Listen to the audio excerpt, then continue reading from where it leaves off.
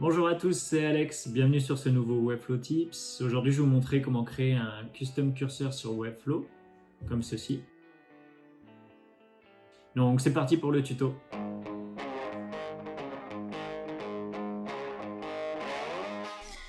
Donc ce qu'on va faire, c'est qu'on va reproduire ce curseur. Donc on va faire un premier point et un cercle. Les deux vont suivre notre souris dans la page, peu importe le mouvement.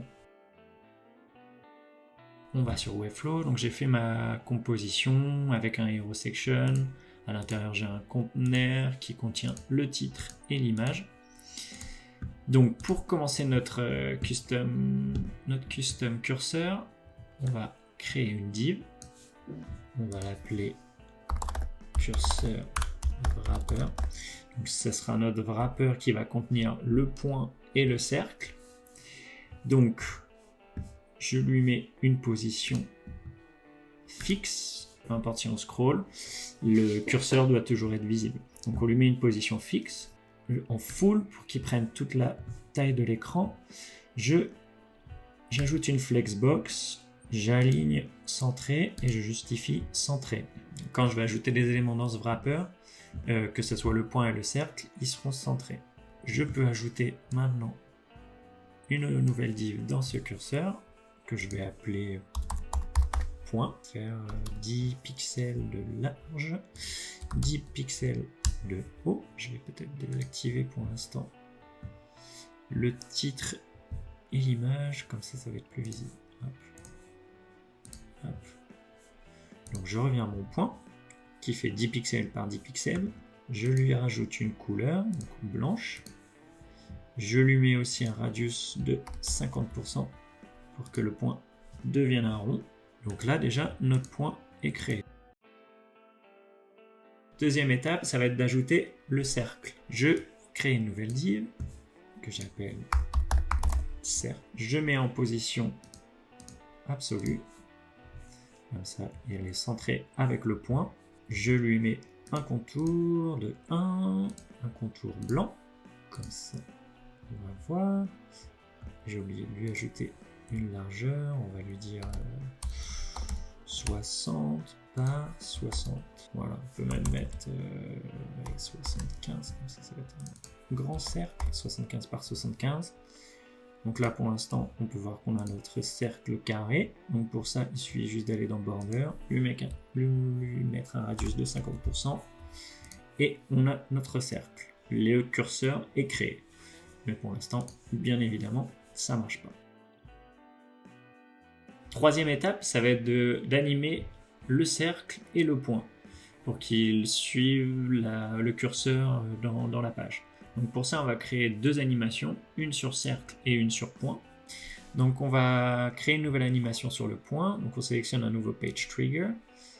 On sélectionne mouse move in the viewport. On choisit juste l'option desktop parce que le mouse curseur, ça ne marche pas sur tablette, phone enfin sur tablette et téléphone. Donc on sélectionne juste desktop. Et là, on crée une nouvelle animation. Donc, on va créer une nouvelle animation. On peut dire le point move. En position X, il bouge dans toute la largeur. Et en position Y, qu'il bouge sur toute la hauteur. Donc pour ça, il suffit juste d'ajouter une animation de mouvement. Ici, on met moins 50 VW, parce que du coup, c'est la largeur. Donc c'est pour ça qu'on met VW. Ici, on met 50 VW. Donc voilà. En Y, on ajoute une nouvelle animation. On va dans Y, et ici, on met moins 50 W, et ici, 50 W. Et normalement, si on regarde, est-ce que ça suit? Hop. Alors là, pourquoi ça ne marche pas? C'est un bon exemple, comme ça on peut voir ce qui n'a pas marché. On revient.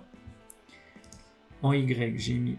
Ah, parce que j'ai mis VW, VH et VH, parce qu'on est sur la hauteur. Et là, voilà, impeccable. Si je clique ici, super. Parfait. Donc voilà, tout simplement, on a fait notre première animation. Donc, le point est fait. On clique sur le cercle, on ajoute un nouveau page trigger, mouse moving viewport, juste sur tablette, sur desktop, pardon. On sélectionne la nouvelle animation.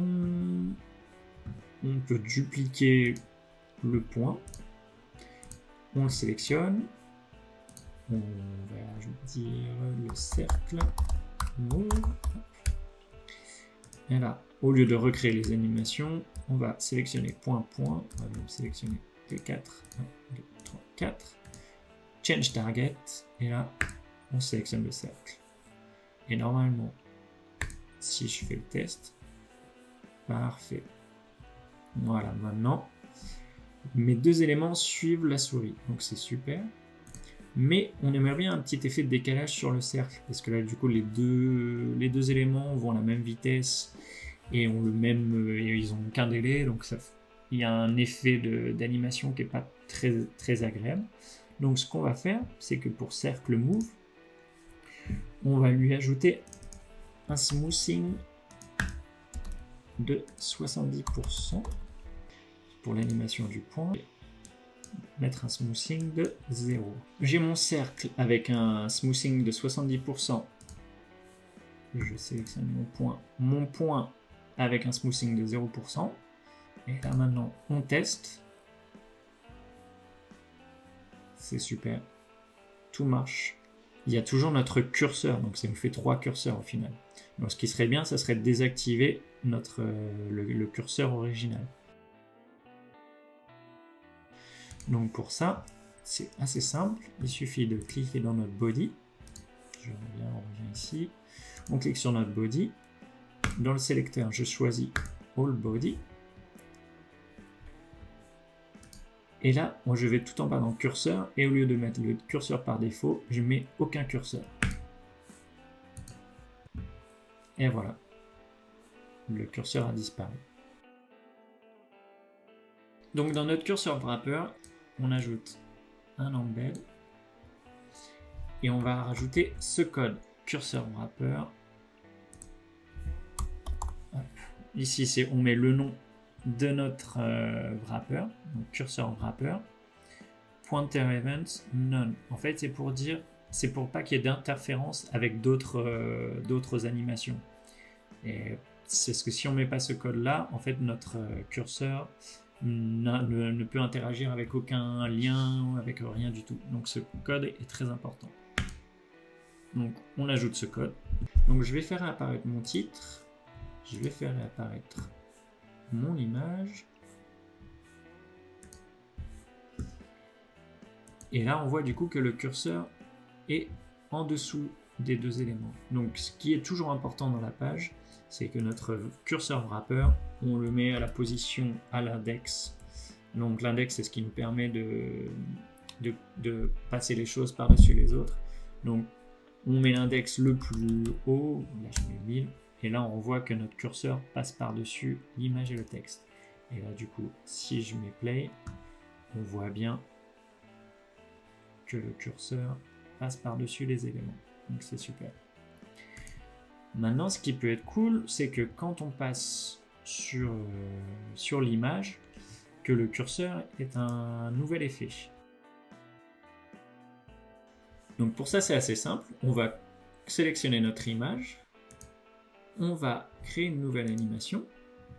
Mouse over sur notre image. On crée une nouvelle animation. On va l'appeler Mouse Animation.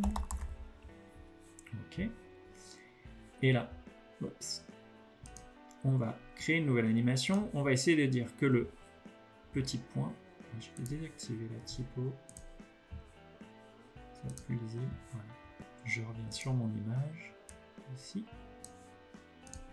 Je rajoute, je reclique sur l'animation, je renvoie l'animation. Et on peut dire, pour cette nouvelle animation, que quand on passe sur l'image, on peut dire par exemple que ce point-là grossit et que le cercle disparaît. Donc, pour cette animation-là, on va créer une nouvelle animation pour le point d'échelle. On va lui dire que sa position, que son statut initial, c'est celui-ci, donc l'échelle de 1, et que quand on passe du coup en over, je duplique, le point augmente à 6, on va dire ça, ou 5. On rajoute un easing pour que l'animation soit plus douce. Le délai, on peut mettre un délai de 3 pour que ça soit assez rapide. Et hop, là déjà on voit. Super. Là maintenant, on va faire une nouvelle animation pour notre cercle. Donc on choisit le cercle. On va lui dire disparaît. Donc on lui met en position, en statut initial, on lui met 100%. En opacité, je duplique. Et quand on passe sur l'image, le cercle disparaît. Fait une belle courbe d'animation. On lui met aussi un temps de 3 millisecondes. Et là, 6. Donc du coup, on aura cette animation-là. Quand on passera en over sur l'image. Donc on crée une animation quand on sort de l'image. Donc pour ça, on va dupliquer mouse animation 2, et là on va retirer ces deux éléments. Hop. Et comme ça on va lui redire, on va juste lui dire quand tu t'en vas de l'image, tu repasses à 1 et en opacité tu reviens à 100%. Mais il faut juste décocher set as the initial start parce que du coup c'est pas son statut d'origine à ce moment-là. Donc on rajoute une belle courbe d'animation, on lui met un temps de 3%. Je quitte l'animation, je mets play et on va voir. Super.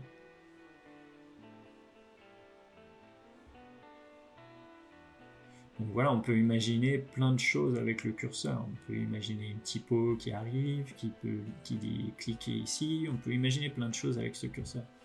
Donc c'est ça qui est intéressant quand on customise un curseur, c'est que ça peut améliorer l'expérience utilisateur parce qu'on peut indiquer des choses qui ne sont pas visibles directement et qui peuvent aider l'utilisateur. Quand on passe en hover, quand on clique sur quelque chose. Donc c'est assez intéressant. Donc là, je réactive ma typo. Et là, si je mets play, voilà. On a un beau curseur avec une animation. J'espère que la vidéo vous a plu. Le site va être clonable, donc vous pouvez le réutiliser pour vous.